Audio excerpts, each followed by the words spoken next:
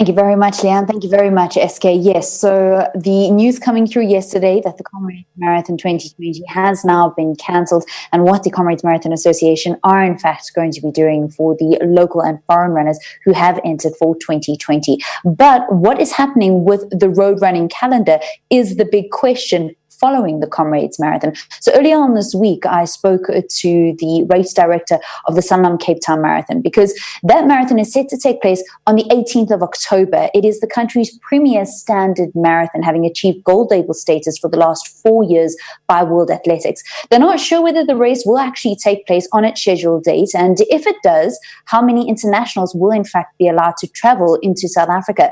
So they are taking it online. I spoke to the race director, Renee Jordaan, about the new virtual race offering.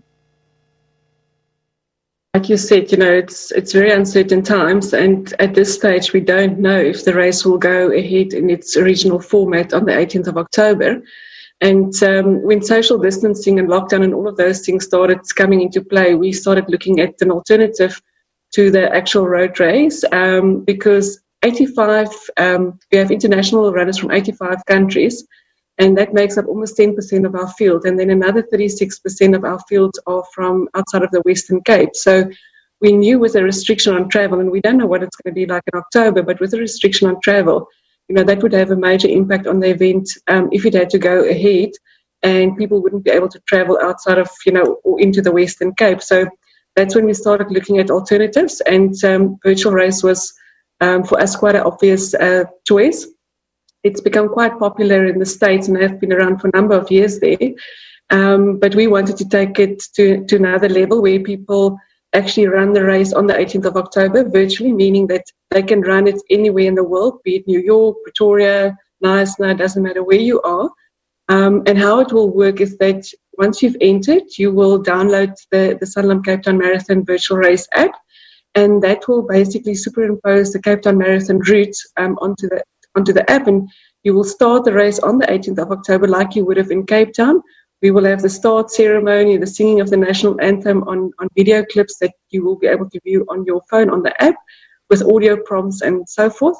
And then you will start your race wherever you're on. So, for example, if you're running in Pretoria and you've run, say, 11 kilometers and you're next to, for example, the Gautrain station, you will get a prompt notification that you are now, if you were running in Cape Town, you would now be running past City Hall, going past the Nelson Mandela statue, and all of those prompts would be audio and visual that will come through the app. So it will also do live tracking, and that's why it's for us important that people run on the 18th of October, and those results will be used, and you will get recognized for running a full marathon.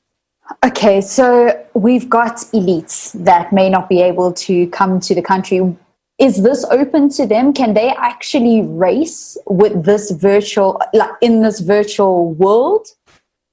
Yeah, so anyone can take part, and we're already in contact with top athletes. What would make it different is that they would be running probably on their own, wherever they are, be it in South Africa or another country, and will set off to do the 42 kilometers. And like I said, the app will track them.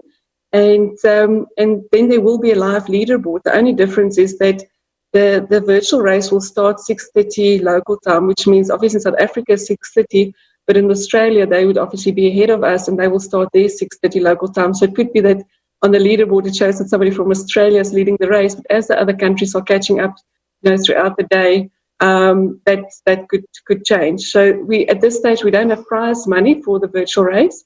But we do want to add a racing element to it, and and I think that's quite important because it will give those athletes something to look forward to again. They can't be going to races at the moment, and we don't know what things are going to look like in October, but at least they can train for the Sanlam Cape Town Marathon virtual race. Yeah, so those that are doing the virtual race, their results are not automatically going to be put with those that are actually and may be running physically in Cape Town on the day.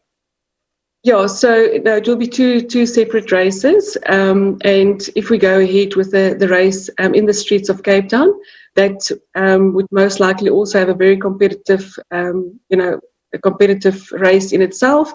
Yeah. That will be an official race, and then anyone racing virtually, that would be in another race. We can't unfortunately combine the two. What is the latest with regards to discussions with Athletics South Africa? At the moment, we know that they will be the ones to say what a revised calendar actually looks like. What are your talks like with them at the moment? Look, we're in contact with them on a weekly basis. So we have very good and open communication. And, it's uncertain times for everyone. But we are taking the lead from them. I think races that's coming up earlier in the year would obviously take priority right now. Luckily for us, we're only in October, but we are in talks with ASA and also, of course, with the City of Cape Town, and we will take our lead from them. People have already entered the race, and you guys don't only have a 42.2 kilometer race. You've got a fun run, you've got a 10K race, you've got the trail runs, two of them also over two different distances. For those people that have already entered, what is going to be the status for those runners if the race doesn't go ahead? Will they get their refund of their entries? Yeah, so we basically have two options. Even before we announced the virtual race, we announced that we will be offering refunds if the event had to be cancelled. And that was very important to us as the organisers, also again serving our runners and our communities to give back the money that they paid for the entry. But now that we've launched the virtual race, there would also be an opportunity to switch to the virtual race, and that functionality will be available from July. Also, again, once we have more certainty. So runners that have already entered, if they can't run at all, come October, they would be able to receive a refund.